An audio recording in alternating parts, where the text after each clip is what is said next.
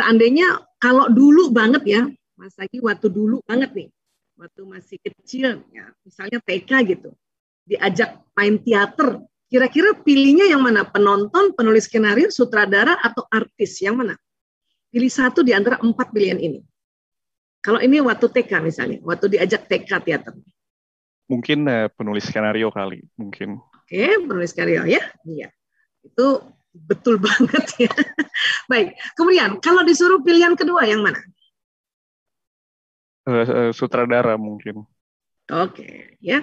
Jadi penulis skenario dan mendelegasi tugas ke orang berani waktu TK misalnya. Berani banget kayaknya. Jadi ini ya, kamu jadi ini ya, gitu ya. Yeah. Oke, sip. Ya. Nah, ini kenapa saya tanya waktu TK? Karena kalau memilih peran ini di usia kita semakin muda, ya, itu kecenderungan presentasi ya untuk watak bawaannya lebih tepat, akuratnya lebih tepat. Dibanding kalau kita tanyanya, kalau sekarang misalnya nih usia kita yang udah tua, apalagi saya gini udah tua, kamu misalnya ya di usia udah sebegini ada teater pilih mana, itu kadang-kadang ada satu pasti yang keluar dari watak bawaan. Makanya teknik ini kita tanya kalau kamu waktu kecil gitu, karena watak itu kan bawaan dari lahir ya Mas. Jadi sejak lahir itu udah ada, makanya kalau kita udah tahu konsep ini, waktu lihat anak bayi aja udah tahu ini wataknya ini, wataknya ini, wataknya ini udah tahu gitu. Nah, namun karena ini tes cepat, akuratnya memang tidak juga 95% ke atas, tetapi baru 80-85% karena tes cepat. Tapi cukup oke kok 80-85%. Nanti kita lihat penjelasannya. Ya. Tadi Mas Agi pilih pilihan pertama penulis skenario, ya. Tadi juga pilih introvert. Itu sebetulnya secara pilihan antara introvert tadi dengan penulis skenario itu sudah tepat banget. Tinggal kombinasinya. Kombinasinya tadi pilih sutradara. Ya. Kalau memang pilihnya sutradara itu berarti dari kecil ambivert. Tapi kalau pilihnya penonton itu berarti dari kecil introvert. Ya, karena kombinasi wataknya ini. Jadi setiap orang itu ada 2 jenisnya. Oke. Sekarang kita bahas yang pilih penonton dulu boleh ya, teman-teman barangkali yang pilih penonton. Biasanya istilah di penonton di bahasa psikologi kepribadian kalau pakai istilah plekma atau plekmatis, ya ini adalah istilah lama, penamaan watak yang lama sekali. Sejak dari Hippocrates ini. Ini penemuan Hippocrates nih, Mas Anggi, istilah plekmatis ini. Ya, jadi menghargai penemuannya Hippocrates. Bayangkan Hippocrates itu menemukan teori watak itu sebelum Nabi Isa alaihissalam lahir. Ya, jadi orang yang pilih penonton dikategorikan plekmatis. Ya, kemungkinan besar di otaknya program otaknya hasratnya damai. Dan ciri khasnya dia punya ciri khas adalah pengamat. Senang mengamati. Senang ngamatin. Ya, ada orang yang memang senang mengamati apa-apa diamati gitu. Saya termasuk yang plekmatis. Saya termasuk penonton. Saya senang mengamati seseorang, kemudian saya bertanya di dalam pengamatan itu gitu. Ya. Dan ciri khas penonton ini gampang banget ya. Penonton ini ada kekuatan, ada kelemahannya ya. Dan paling sering kalau ditanya selalu jawabnya ya, apalagi untuk makan, mau makan apa, jawabnya selalu terserah. Terserah gitu. Terserah. Nah, ini ada yang pilih penonton tadi ya seperti ini kah barangkali? Ya, terserah. Coba deh Mbak Cindil misalnya ajak Bu Isa makan. Tanya, Bu Isa mau makan apa? Pasti jawabnya terserah. Walaupun Bu Isa bisa loh bilang, Mbak aku mau steak dong gitu. Tapi selalu bilang terserah gitu. Ya, karena penonton ini atau orang plekmatis, orang damai. Ya. Dia terlalu banyak bersyukur ya. Dalam hati orang plekmatis, alhamdulillah untung ditraktir. Udah ditraktir milih. Itu makanya istilahnya terserah. Jadi kalau punya anak, dikit-dikit terserah bunda, terserah ayah, terserah. Ayolah kakak dong yang ambil keputusan, terserahlah bunda aja lah yang ambil keputusan sama kakak. Itu biasanya anak plekmatis. Dan orang plekmatis ini jarang sekali marah. Jarang marah. Siapa yang pilih penonton tuh? jarang sekali marah. Tapi kalau udah sekalinya marah, waduh, nyeremin deh. Justru itu karena jarang sekali marah, energinya habis untuk handle feeling. Sehingga cepat lelah. Makanya ya dia mudah tidur. Mudah istirahat. Orang yang plekmatis itu harus tahu dirinya bahwa oke, aku harus istirahat. Sebisa-bisanya ya kan ada orang bilang jangan libur dong lo, enggak, gue harus libur. Ya, istirahat. Dan enaknya orang plekmatis di mana aja bisa tidur. Di kursi ya tidur, di mobil ya tidur. Lele sedikit ada angin-angin sedikit tidur, di pantai itu tadi kan di pasir itu juga bisa tidur gitu ya. Sambil senderan di manapun bisa tidur gitu. Enak kan? Ya. Dan butuh tidur agak lama memang. Ini orang plekmatis. Kenapa? Energinya habis untuk handle perasaannya, untuk senantiasa damai. Karena tadi hasratnya damai. Ya, ini orang plekmatis. Tadi kita juga belajar bahwa dia ada kekuatan. Plekmatis juga ada kekuatan. Damai, tenang, diplomatis, praktis, dapat diandalkan, humoris. Dan orang yang kuat mengerjakan hal-hal yang monoton. Ini orang plekmatis. Orang yang selalu dicari orang, tempat orang curhat. Nah, itu orang plekmatis. Tapi juga tadi ada jalan kefasikannya, ada kelemahannya. Di otaknya ada kelemahannya. Apa dia? Suka menunda-nunda, tidak tegas, cari aman sendiri, nggak punya motivasi, dan cenderung orang bilang penakut. Gitu. Saya aslinya penakut, tapi bayangkan sudah 23 tahun ditempa untuk ngurus narkoba yang nggak boleh takut amat, harus berani. Akhirnya sudah teratasi penakut saya. Menunda-nunda, maksudnya menunda-nunda malas, bukan malas, pengen damai dulu. Gue mau damai dulu deh, nanti aja deh damai dulu. Tidak tegas kenapa? Karena itu tadi nggak mau konflik dan cari aman sendiri, dan kadang tidak punya motivasi. Ini kalau bukan suami saya yang suruh, ayolah Bu Isa, ya Bu Isa seminar lah, ceritakanlah itu perbedaan-perbedaan yang Bu Isa pelajari ke orang-orang gitu ya. Suami saya kalau panggil saya Bu Isa, Mas Anggi, ya.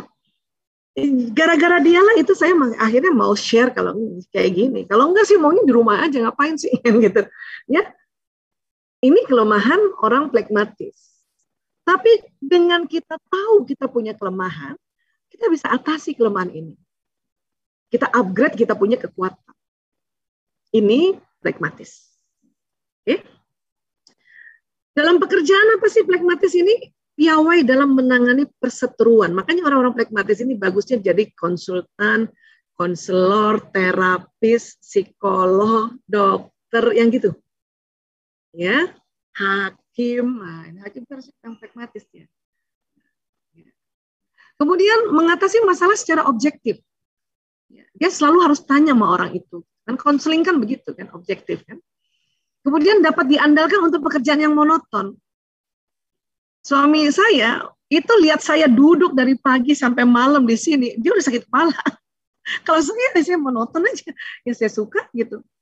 Malah disuruh keluar rumah yang saya sakit kepala. Dia aduh ngapain lagi, wah Bu Isa duduk lagi di situ, ngomong lagi kan gitu. Ya kan? Nah, jadi emang orang plekmatis ini untuk pekerjaan yang monoton, ya bikin sesuatu produk yang duduk aja di situ, itu kuat. Sebagai pemimpin, bisa nggak plekmatis sebagai pemimpin? Bisa. Dengan ciri khas dia apa? Pemimpinnya tenang aja, tenang, nggak gerasa kerusuk, ya, pandai menguasai diri, apalagi kalau belajar manajemen emosi, ya, tidak mengambil keputusan berdasarkan kemauannya semata-mata. Kalau rapat, ini yang susah nih kalau rapat. Diajak rapat 5 orang, 5-5-nya ditanya, menurut kamu gimana? Menurut kamu gimana? Kalau rapatnya bisa 50 orang, selesai, habis itu. Ya. Jadi sebagai pemimpin dia punya kekuatannya ini. Pemimpin yang tenang, pandai menguasai diri, tidak mengambil keputusan berdasarkan kemauan semata-mata. Ya.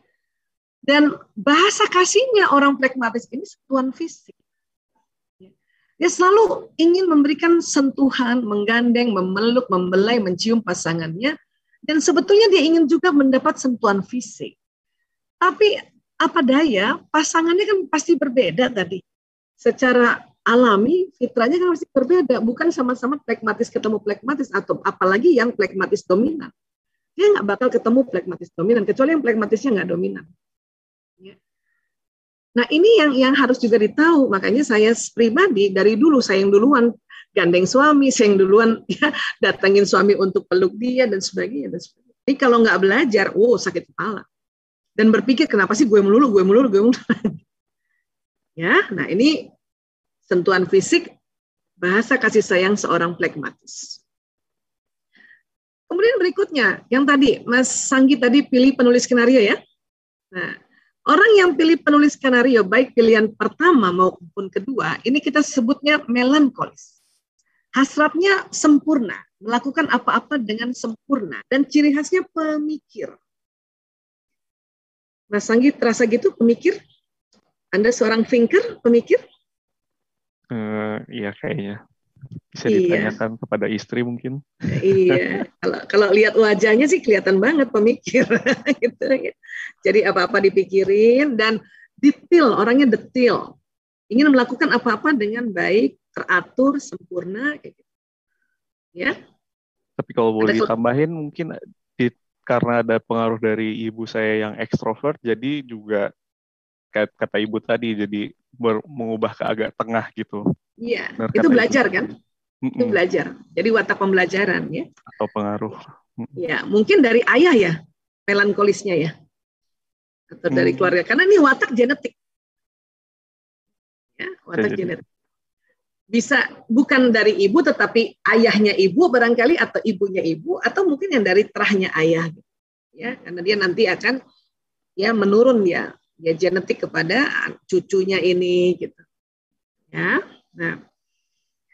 Oke, sekarang melankolis ini gampang ya. Mas Sanggi dari kecil kalau pencet pasta gigi dari bawah ya? Enggak juga sih. Enggak juga. Dari kecil enggak dari bawah? Lebih cenderung dari mana? Mungkin dari bawah sih mungkin ya. Mungkin ada beberapa hal lain yang lebih rutin. Iya, saya maksa nih buat Mas Sanggi nginget-nginget kehidupannya, ya. Makanya tadi minta izin dulu nih, disaksikan oleh teman di jamaah Zoomia 100 orang nih. Saya udah lagi 99 nih di YouTube ya, mungkin lebih ya. Ya. Biasanya orang yang melankolis selalu mencoba pencet odolnya pasta gigi pada saat mau sikat gigi dari bawah, dari bawah, tanpa terasa loh itu, nuntun otaknya dari bawah. Ya. Kemudian satu ketika ada orang pinjem pasta giginya dari tengah. Itu waktu mau pencet lagi dia dari bawah lagi seperti itu. Ya, ini yang melankolis asli, ya. Nah, jadi sejak kecil pencet pasta gigi selalu dari bawah. Bahkan digulung ya. Watak lain kalau misalnya udah habis, kadang-kadang dia nggak males nih ngapain digulung-gulung, ganti aja watak lain ya. Apalagi watak yang ekstrovert. Tapi kalau melankolis itu, dari bawah, gitu. Ya. Dari bawah dia ya, dilipat. Bahkan digunting, diambil dalamnya, ada juga yang begini. Kalau ini barangkali melankolis ibu-ibu nih. Gaji suaminya belum keluar, nah udah melankolis emak-emak. Nah begini dia nih, digunting sampai dalam, habis. Ya, ekonomis ini namanya ya. Iya. Karena selalu mau sempurna, bahkan sempurna habis. Ini ciri khas yang paling gampang sekali. Ya, nah, kemudian dompetnya teratur rapi dan terklasifikasi. 100.000 sama 100.000, 50.000 sama 50.000, dan kepala pahlawannya hadap kanan semua, gitu. Ya, orang-orang melankolis yang pilih tadi penulis skenario, ini saya yakin dompetnya rapi sekali. Ini aja masih belum rapin. Kalau dapat kembali uangnya, kembaliannya lecek, minta ganti. Nah, kalau itu melankolis ibu-ibu itu. Ganti dong yang nggak lecek gitu kan, ya. Atau dia punya dompet untuk uang lecek, itulah ibu-ibu. Ya. Itu luar biasa ya, orang melankolis itu mengorganize itu gampang banget. Makanya kalau saya lihat tutorial ya, ibu-ibu mengatur dapur, bumbu dapur yang rapi banget sampai tulisannya rapi, itu melankolis seneng banget gitu. Watak lain bisa belajar, cuman agak mencong-mencong dikit kan. Bikin label di botol-botol dapurnya gitu yang isinya lada, gula dan sebagainya gitu. Kalau orang melankolis mah rapi. Kemudian apa sih? Kekuatannya sempurna, analitis, tekun, disiplin, rapi, berbakat. Ya, berbakat. Apalagi kalau memang jelas secara genetik bakatnya itu misalnya kecerdasan musikalis. Itu main musiknya nggak asal-asalan main musik kalau orang melankolis. Atau punya bakatnya kecerdasan visual spasial yang menggambar, itu nggak asal menggambar kalau orang melankolis. Ya, watak lain ada, bisa punya bakat kecerdasan visual spasial, tapi cara menggambarnya melankolis lebih detail sekali. Ya, dan sangat tekun. Makanya orang melankolis ini cenderung ya dia jenius ya. Karena dia sangat analitis, tekun, disiplin. Tapi ada kelemahannya juga karena tadi jangan kepastikan apa pemurung. Kenapa? Karena mikir terus. Ya. Jadi serius. Dan memang memilih lebih senang sendiri karena tadi introvert tadi. Dan ya kalau dia ada kesal, mungkin ada yang menghina dia atau bikin sedih dia, itu dia ingat terus karena pemikir. Makanya ada istilahnya pendendam. Tinggal dia mau nggak memaafkan kan gitu. Teoritis karena analisa. Kenapa begini? Kenapa begitu? Kenapa begini? Kenapa? Selalu kenapa? Dan perasa orangnya sangat sensitif. Ya, makanya sangat peduli gitu. Ada teman barangkali ya kurang dananya, maka dia mikirin, aduh kasihannya gimana caranya bantuin teman itu. Ya, atau adiknya, saudara kandungnya nggak punya sesuatu yang dia punya, dia perasa banget. Ya, kasihan ya Bu, adikku nggak ada. Nah, anak saya soalnya nomor 3 tuh pemikir, yang melankolis. Ini dia. Kemudian dalam pekerjaan apa melankolis? Kemampuannya detail, mendalam. Ya. Kemudian kemampuan analisanya juga ya mumpuni. Kok gini ya, kok gitu ya. Ini otak kirinya dia jalan. Standar tinggi memang orang melankolis. Buat ibu-ibu nih, ya kalau orang melankolis beli barang itu harus standar tinggi. Bukan masalah mahal, dia harus bagus. Ya, jahitannya sempurna. Kalau beli baju orang melankolis, kancingnya, benangnya kemana-mana, nggak jadi beli tuh. Dia cari lagi yang rapi, lebih rapi. Ya. Antara benang dengan kancing nggak sama warnanya, itu bukan standarnya melankolis. Makanya orang melankolis barang-barangnya itu bagus-bagus dan tahan lama. Karena memang juga ya memilih barang standarnya tinggi. Dalam pekerjaan juga standar tinggi. Terus prestasi tinggi. Makanya standarnya orang melankolis sejak anak-anak, kalau dia matematika selalu mau tinggi. Saya matematika 100, sekalinya dapat 80 bisa nangis orang melankolis. Karena menurut dia jauh di bawah standar. Padahal watak lain dapat 80 udah seneng banget. Ya, orang melankolis ini standarnya 100 dapat 80 nangis. Orang plekmatis ya dapat 60 aja nggak nangis, dia malah bersyukur. Ini lihat temennya yang 80 kok nangis gitu. Inilah melankolis, standar tinggi. Ya, prestasi juga tinggi. Sebagai pemimpin bagaimana? Mampu mengorganisasikan dengan baik. Memang pandai mengorganize. Otaknya itu suruh mengorganize. Begini caranya. Dan selalu mau hasratnya rapi. Memiliki kreativitas yang mendalam. Ini orang melankolis. Karena detail. Ya. Terus menginginkan prestasi yang berkualitas. Pokoknya ya maunya juara. Bisa kayak gitu nih orang melankolis. Dan peka terhadap perasaan orang lain. Jadi sebagai pemimpinnya beginilah pemimpin melankolis. Ya. Dan apa sih bahasa kasih sayangnya? Ya nih termasuk bahasa kasihnya yang waktu yang berkualitas. Quality time. Senang menemani dan menghabiskan waktu bersama pasangan dan juga ingin ditemani oleh pasangan. Orang melankolis ini kayak gini. Makanya kalau punya suami melankolis, kita harus tahu kalau dia udah di rumah, ya udah deh pekerjaan yang di luar sana udah deh di stop temenin di rumah. Atau misalnya pasangan hidup yang quality time, waktu yang bersama, ya senantiasa mau antar istrinya jalan walaupun dia cuma ngedrop aja atau tunggu di mobil, ya maka terimalah dengan senang hati. Karena kalau ditolak nanti dia merasa nggak berguna. Sini aku anterin, terus kata istrinya nggak usah gampang gini aja, nggak usah. Itu seorang yang melankolis yang punya bahasa kasih waktu berkualitas ditolak seperti itu wah sedih banget. Tapi di sisi lain, ya orang melankolis juga bisa jadi ya bahasa kasihnya yaitu hadiah. Hadiah. Receiving gift. Ada yang melankolis hadiah. Senang memberi hadiah atau oleh-oleh pada pasangan, ya, dan sangat senang bila pasangannya menghargai hadiahnya. Dan juga sangat menghargai apapun pemberian dari pasangan. Ini bahasa kasih. Ya. Mas Anggi tanya lagi boleh? Kira-kira bahasa kasihnya Mas Anggi lebih ke quality time atau receiving gift? Quality time dan giving gift sih. Iya, berarti memberi lebih ya, dan quality time juga itu. Berarti benar-benar melankolis nih. Ini di chat sama istri sekarang lagi ketawa-ketawa aja kita ngebahas. Kamu banget katanya.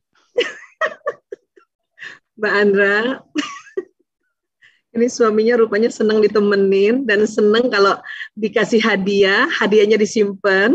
Ya kan gitu ya Mas? Kalau Mas Anggi ngasih. Senang memberi hadiah sih, lebih memberi hadiah dan hadiahnya disimpan atau dihargai. Ya kan? Jadi Mas Anggi senang nih kasih hadiah ke istri itu menghargai, disimpan dan di tempat yang bagus gitu simpannya gitu. Iya kan? Iya. Dan sesungguhnya juga sebetulnya senang juga dikasih hadiah. Sesungguhnya. Hanya biasanya hadiah dari orang melankolis bagus hadiahnya. Terus nanti diberi hadiah oleh orang lain langsung, waduh kalau kualitas hadiahnya nggak oke, waduh. Ya karena biasanya orang melankolis kalau milih hadiah itu standar tinggi, Mas. Lebih ke thoughtful sih, kayak misalnya buatan sendiri atau tulisan gitu, bukan yang bisa dibuat dibeli gitu ya. Benar banget. Apalagi hanya tulisan secari kertas, miss you, darling, itu harus ditaruh. Disimpan baik-baik. Ini yang disebut ya bahasa kasih sayang. Ya. Terkadang ya, saya belum tahu nih Mbak Andra. Nanti kita dengarkan pengakuan Mbak Andra. Ya, terkadang suami yang melankolis, istrinya yang watak spontan, yang bahasa kasihnya berbeda dengan ini. Gitu. Makanya waktu dikasih hadiah, ya, karena belum belajar, ditaruhlah asal taruh. Makanya si suami langsung ya cuma ditaruh di situ gitu. Ya, ini pada umumnya. Tapi ada juga yang watak suaminya menerima hadiah, melankolis yang tadi memberikan waktu dan menerima hadiah. Si istri ada juga part of personality-nya yang melankolis juga sedikit. Jadi dia ngerti, oh ya ini hadiahnya harus disimpan gitu. Ada juga yang begitu, ya. Tapi hampir seringnya ini istrinya yang spontan, yang dia taruh, oke, terima kasih. Senang pertama, terima kasih ya. Terus taruhnya ada di laci sinilah, ketumpuk dengan laci sinilah, dan sebagainya. Ini yang kadang-kadang harus diperbaiki nih, supaya apa? Supaya si suami atau pasangan yang memberikan hadiah ini dengan senang hati bahwa oh saya ya dihargai. Ya. Baik, kemudian berikutnya, koleris, sutradara. Nah, ini hasrat mengatur. Ya. Dan dia ciri khasnya pelaku. Ya. Do it, gitu. Ini koleris.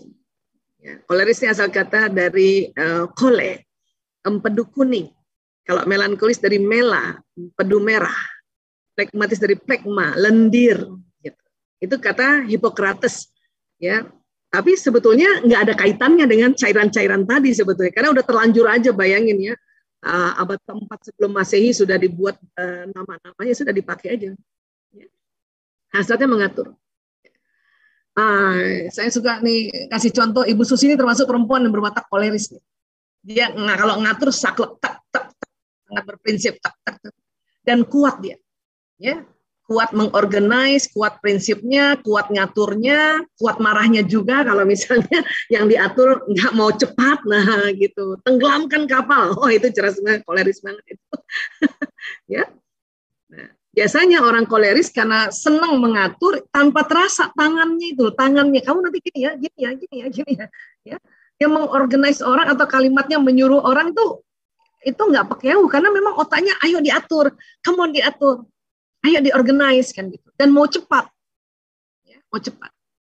Makanya ya kekuatannya adalah pemimpin yang berkemauan keras, tegas, produktif, independen, dan memiliki visi. Ini orang koleris. Kalau tadi pilihan pertamanya sutradara, kelihatan banget itu nanti, terasa banget itu. Suami saya yang koleris, jelas ya. Ini kalau nggak belajar, ampun deh. Kenapa? Karena dia itu kan kelemahannya apa? Dingin, terburu-buru, ya, marah kalau misalnya kita nggak siap, sigap, sarkas langsung, dan sulit mengampuni. Ini beratnya ini kalau punya pasangan, kalau kita nggak belajar. Oke? Dalam pekerjaan apa? Dapat mencapai lebih banyak daripada siapapun dan dalam waktu yang lebih singkat. Meskipun dia laki-laki. Apalagi kalau perempuan yang memang aslinya perempuan multitasking. Sudah perempuan koleris, banyak banget yang bisa dikerjain tuh. Ya. Kemudian berorientasi target. Apa tujuannya? Apa masalahnya? Apa maunya? Selalu apa? Saya kalau selalu ditanya sama suami dulu ya, setiap mau bikin sesuatu dia tanya apa. Waduh, ini saya kalau ditanya apa tuh berat banget. Karena saya biasanya bagaimana. Karena pragmatis itu bagaimana. Menjelaskan how to-nya. Kalau ini what is. Nah, itu.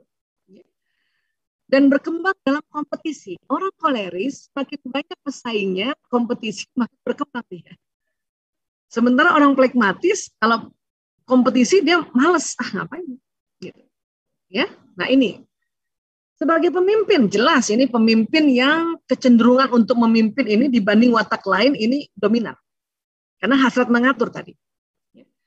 Mempunyai naluri yang kuat akan sesuatu yang berhasil. Dia punya insting itu kuat. Ini bisa nih pasti. Kalimatnya itu selalu ada pastinya. Bisa nih pasti. Itu jelas seorang koleris tuh. Kalau dikit-dikit kurang lebih kira-kira, itu biasanya bukan koleris itu. Tapi kalau tak, itu koleris. Kemudian dinamis dan aktif sangat memerlukan perubahan. Cepat bosan orang koleris. Ya, suami saya lihat saya di meja ini udah bosan katanya hampir 2 tahun. Padahal dia juga yang suruh saya kerja dari rumah dengan seperti ini. Tapi dia udah bosan dia lihatnya. Makanya dia yang pergi aja nggak apa-apa. Ayah pergi aja nggak apa-apa. Nggak usah lihat Bu Isa. Kadang dia suruh saya, coba Bu Isa mejanya pindahin ke atas, mejanya pindahin ke bawah. Dia yang bosan. Aku nggak bosan. Ya, nah ini yang berbedanya nanti. Yakin dan tidak mudah patah semangat. Kalaupun gagal, besok udah mulai kerja lagi. Hari ini aja gagal, cuman sehari 2 hari, besok kerja. Ini koleris sebagai pemimpin. Ya. Kemudian bahasa kasihnya apa? Pelayanan. Ya. Act of service, senang dengan dan sigap melayani pasangan dan ingin dilayani juga oleh pasangan. Saya kalau dilayani sama suami dalam artian misalnya saya minta sesuatu gitu ya, ini genteng kamar ini nih, misalnya gitu ya, atau Ethernetnya kok kayaknya udah mulai lembab nih, besok itu dia layani saya, walaupun bukan dia yang kerjakan sendiri, dia tinggal telepon suruh orang, betulin Ethernet kamar saya, gitu, atau ya AC-nya udah mulai nggak dingin, oke, besok telepon tukang AC datang, bukan kerjain sendiri, orang kolerisnya tinggal nyuruh, ya, karena dia ya bisa mengatur, bisa menyuruh, ini. Dan itu ternyata cinta dia kalau dia begitu sama saya. Banyak kita nih pasangan yang aslinya pragmatis, yang damai, punya pasangan koleris, ya orang koleris sebetulnya sudah menyatakan cinta dengan cara dia memberikan pelayanan. Kita merasa kok gitu sih? Inilah karena nggak belajar ya. Dan juga koleris ada juga yang menerima hadiah. Kayak melankolis dia bisa ada 2. Suami saya nih karena dia koleris, saya tahu dia pelayanan juga dan ada juga memberikan hadiah. Sejak saya belajar tentang bahasa kasih 5 tahun yang lalu, maka setiap dia kasih saya jam tangan kah, parfum kah, atau apa, saya harus taruh di tempat yang dia lihat. Jadi kalau habis sholat dia lihat, ditaruh di situ. Gitu. Atau dia selalu tanya, nggak dipakai jamnya? Ini kamu pakai parfum yang mana? Ya, sisir yang mana? Baju ini kan nggak dipakai. Itu akan bertanya kayak gitu. Dulu saya merasa, gitu banget sih. Gitu. Nah setelah belajar, ternyata kalau dia melayani dan memberi hadiah, itu dia sayang. Maka dia juga kepengen apa yang dia berikan, saya hormati, saya hargai. Ya sudah, senanglah. Satu lagi terakhir, sanguinis, artis, yang pilih artis tadi, atau aktor, atau pemain. Dia digelari sanguinis. Sanguinis ini asal kata dari sanguin, ini artinya darah. Ya. Hasratnya gembira. Dan ciri khasnya pembicara. Orang sanguinis nggak kelihatan kalau dia lagi sedih, karena dia memang hasrat gembira. Ya, ngapain lama-lama sedih? Harus gembira hari ini. Gitu. Ya. Nah, sanguinis ini gampang carinya. Kalau ada orang lagi kumpul-kumpul, cerita, dan dia suaranya paling besar dan ketawanya paling besar, paling heboh, itulah sanguinis. Walaupun di kelompok-kelompok misalnya ibu-ibu gitu. Ya. Kelompok bapak-bapak ada suara paling besar, paling cepat ketawanya, kelihatan orang sanguinis. Dan paling heboh ceritanya itu orang sanguinis itu. Ya. Nah, orang sanguinis ini orang spontan. Ya, orang spontan, happy, ya. Kemudian itu tadi banyak teman, cuman itu tadi juga ya, dia sering juga ya, saking gembiranya dan spontannya, kelemahannya apa? Sering juga lupa nama orang temannya itu, lupa di mana parkir kendaraan, lupa meletakkan barang dan sebagainya. Makanya kalau kita tahu kita sanguinis, kita harus mensiasatinya gitu. Saya juga ada sanguinis walaupun tidak banyak ya. Maka saya sering ya julukan nama-nama teman saya, dan saya suka ulang-ulang supaya saya ingat gitu. Makanya saya sebut-sebut Mbak Uli, sebut-sebut Mbak Cindil, sebut-sebut ya teman-teman yang lain, Mbak Suci. Kadang misalnya saya ada sambungannya Mbak Suci Lembang gitu ya, Mbak Uli Bremen, pokoknya kayak gitu. Ya, ini dalam rangka supaya cara strategi orang-orang sanguinis mengingat. Dan kalau parkir ya segeralah langsung dihafalin G4 gitu, atau di foto. Sekarang enak kan pakai di foto ya. Dulu mah enggak. Orang sanguinis lupa di mana gua parkirnya. Ditanya satpam, "Bu, parkir di mana?" "Itu dia, saya lupa." "Ya udah kalau gitu Ibu mobilnya apa?" "Itu dia juga, tadi mau naik mobil yang mana?" Ya, lupa. Ya. Nah, itu orang sanguinis. Apa kekuatan sanguinis? Ramah, hangat, antusias, bersahabat, responsif, dan memang senang bicara. Ya. Kelemahannya apa? Ada. Ya, ceroboh, emosi labil, membesarkan masalah, tidak disiplin, egosentris. Emosi labil, orang sanguinis ini cepat ketawa, cepat nangis. Anak saya yang pertama sanguinis banget itu, Mas Lana. Ya, kadang-kadang dia nangis terseduh-seduh, saya kaget, ada apa nak? Ini filmnya Bu, lu kenapa filmnya? Tadi kan ketawa-ketawa, sedih banget filmnya. Tapi habis itu dia ketawa lagi. Itu yang disebut emosi labil. Membesarkan masalah, kalau cerita tuh heboh gitu. Tahu nggak itu makanan Bu, bubur ayam yang di tempat klinik aku Bu, itu enak banget. Nah, kalau ngomong kayak gitu tuh orang sanguinis. Tidak disiplin memang, kenapa? Karena selalu ingin gembira gitu, sehingga setiap dia mau melakukan sesuatu ya karena terlalu gembira akhirnya tidak dikerjakan. Nah, ini kelemahan dari sanguinis. Kalau dia jadi dalam pekerjaan apa cocoknya? Kreativitas warna-warni. Ada aja idenya. Makanya orang-orang yang sanguinis asli itu menjadi influencer kah, menjadi YouTuber kah, menjadi IO kah, itu cocok banget. Ya. Menjadi MC apalagi itu cocok banget itu. Jadi host itu cocok banget. Ya. Kemudian penuh optimisme. Kelihatan banget orang sanguinis itu. Kemudian lagi berharga dalam hal menggembirakan orang lain. Makanya kalau MC bukan sanguinis, itu acara melempem. Tapi kalau host MC yang untuk acara ya ketemu apalagi dia orang sanguinis, itu seru itu. Ada aja dia cerita ini itu. Dan senang menghibur. Makanya hampir semua pelawak-pelawak yang bukan komika ya. Kalau komika itu pelawak dari melankolis. Ya. Itu adalah orang sanguinis. Ya. Ludruk, lenong, ketoprak, pokoknya yang spontan-spontan itu orang sanguinis. Tapi kalau komika, ya stand up comedy, kemudian Mr. Bean itu adalah ya penghibur yang dari melankolis karena semua harus dicatat, ya ditulis. Semakin bagus tulisannya, semakin lucu dia, ya kayak gitu. Apa? Sebagai pemimpin dia punya kekuatan membangkitkan semangat. Ya. Kedua, menginspirasi orang untuk bekerja. Ketiga, pandai membujuk dan menghibur orang karena dia ini banget ya, sangat-sangat aware pada orang lain. Dan senang membuat kegiatan kreatif dan senang mengajak orang yang banyak. Ada aja kreativitasnya dia. Bikin ini yuk, bikin ini yuk, bikin ini. Gitu. Dan selalu mau rame-rame selalu. Ini sanguinis. Bahasa kasihnya apa? Kata-kata pendukung. Kalau kita punya suami sanguinis, maka word of affirmation ini kebutuhan dia. Senantiasa, karena dia senang memuji. Menyampaikan kata-kata pendukung dan juga ingin dipuji dan didukung. Ya. Ini kalau punya anak sanguinis juga kita pakai cara kayak gini.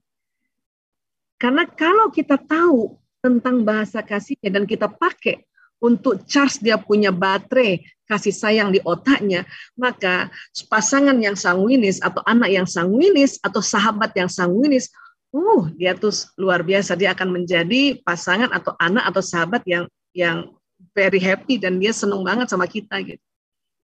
Inilah watak yang kemudian kita rangkaikan dengan kebutuhan emotional need-nya, yaitu dengan penyampaian bahasa kasihnya. Ya.